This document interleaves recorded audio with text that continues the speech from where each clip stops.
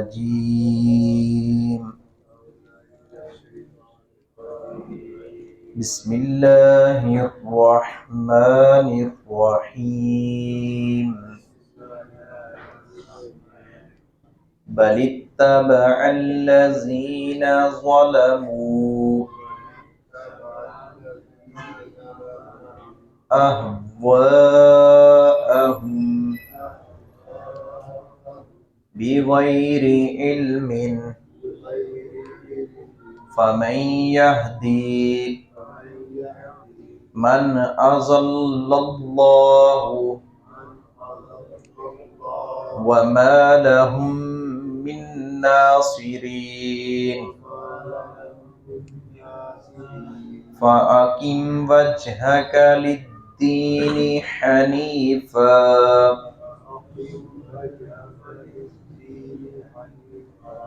فطرة الله التي فطر الناس عليها لا تبديل لخلق الله ذلك الدين القيم ولكن أكثر الناس لا يعلمون خواہش پرست، خواہشات کے پجاری، جو دل میں آیا، جو من میں آیا، حرام حلال کی تمیز نہ کی، بس اس کو اپنا لیا۔ جی میرا دل چاہتا تھا، میرے دل نے ایسے کہا تو میں نے ایسے کر لیا۔ تو ہمیں اپنی خواہشات کو اپنا چلانا ہوگا، نبی اکرم صلی اللہ علیہ وسلم کی شریعت کے تابع رکھنا ہوگا۔ آپ صلی اللہ علیہ وسلم نے فرمایا تم میں سے کوئی اتنی دیر تک ایمان والا نہیں ہو سکتا، لا یؤمن احدکم حتی اکون ہواہ تابعا لما جئت بہ، جب تک وہ اپنی خواہشات کو میں محمد صلی اللہ علیہ وسلم کے تابع نہیں کر دیتا، چلا نہیں دیتا آپ میرے پیچھے، وہ مومن نہیں ہو سکتا۔ اس لیے جو غلط خواہشات ہیں ان کو ترک کر دینا چاہیے اور نبی اکرم صلی اللہ علیہ وسلم کی پیروی کرنی چاہیے۔ جو جائز خواہشات ہیں، نیک خواہشات ہیں، نیک تمنائیں ہیں، وہ ہر ایک کی تڑپ ہوتی ہے اور اس کو اللہ پورا بھی کرنے والا ہے جب اللہ رب العزت کے ساتھ تعلق مضبوط رکھا جائے۔ پچھلی آیت میں اللہ رب العزت نے شرک کی تردید کی ہے اور توحید کے حوالہ سے بیان کیا ہے کہ شرک اتنی غلیظ اور گندی بیماری ہے کہ یہ نیکیوں کا صفایا کر دیتی ہے۔ شرک سے نمازیں، روزے، زکوٰۃ، حج، عبادات ساری ضائع ہو جاتی ہیں۔ شرک سے بچنا چاہیے اور مثال دے کر فرمایا کہ تمہارا ایک غلام ہے، تم اسے برابر کا پسند نہیں کرتے، یہ میرے برابر پہ آ جائے، کھڑا ہو جائے۔ اللہ کیسے پسند کرے گا کہ تم اس کو چھوڑ کر غیروں کی پوجا پاٹ کرو اور غیروں کے نام کی نظر و نیاز دو۔ یہاں بھی اللہ رب العزت نے توحید کا مزید سبق سکھایا ہے اور فرمایا کہ خواہشات کی پیروی کرنے کی وجہ سے، غلط خواہشات کو اپنانے کی وجہ سے یہ لوگ راہ راستے ہٹ گئے، بھٹک گئے اور شرک کی دل میں پھنس گئے۔ کیوں؟ انہوں نے اپنی خواہشات کی پیروی کی ہے اور خواہشات نے پھر ان کو شرک پر، خرافات پر لگا دیا ہے۔ اور اس کے ساتھ ساتھ یہ بات بھی ارشاد فرمائی، مشرکین ہیں، اب مشرکین کے جہاں جو بچے پیدا ہوتے ہیں ان کو قتل کرنے سے نبی صلی اللہ علیہ وسلم نے منع فرمایا جنگ کی حالت میں۔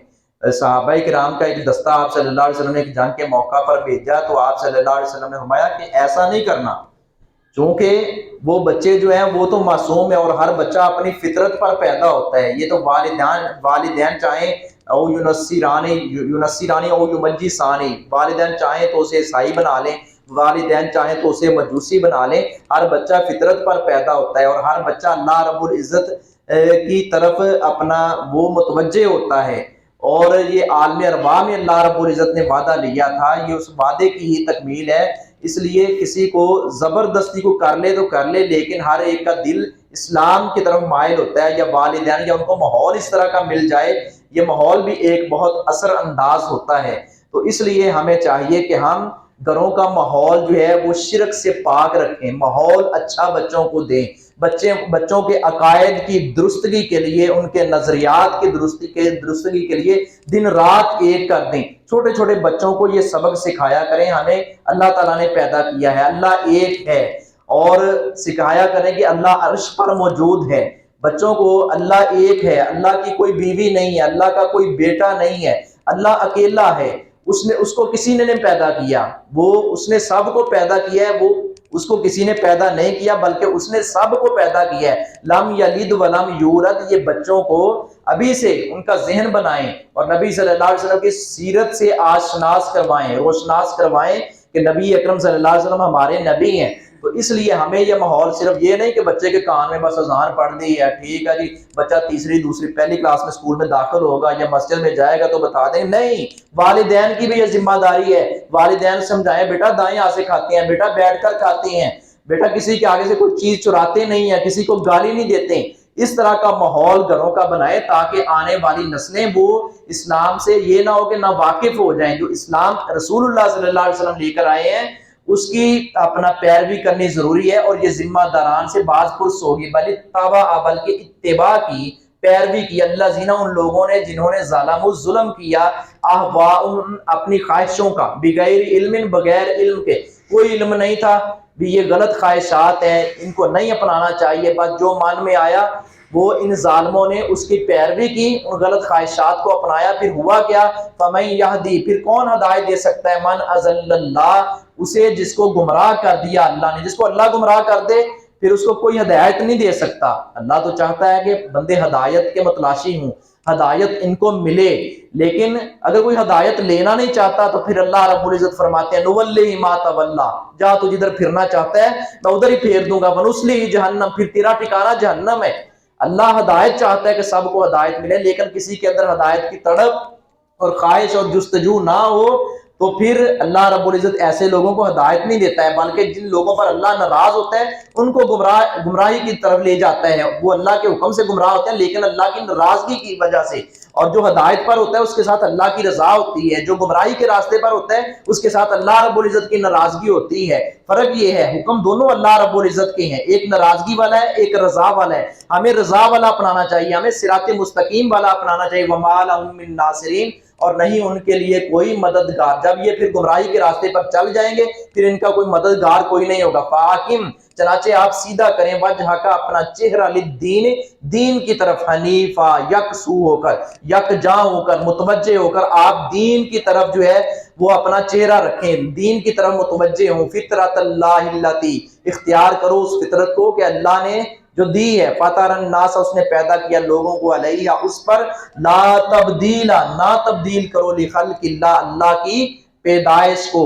یہ دانتوں کو ترشوانا، دانتوں کی خوبصورتی بنانا اپنی طرف سے، اور پھر یہ بھومیں مونڈنا یا اس طرح کے جسم کے اوپر کانٹ چھانٹ کرنا، یہ اللہ رب العزت کی تخلیق کو تبدیل کرنے والی بات ہے۔ تبدیل تو نہیں ہو سکتی کوئی چیز، لیکن اللہ رب العزت کو یہ ایک چیلنج دینے والی بات ہے، یہ اللہ رب العزت کی دشمنی مول لینے والی بات ہے۔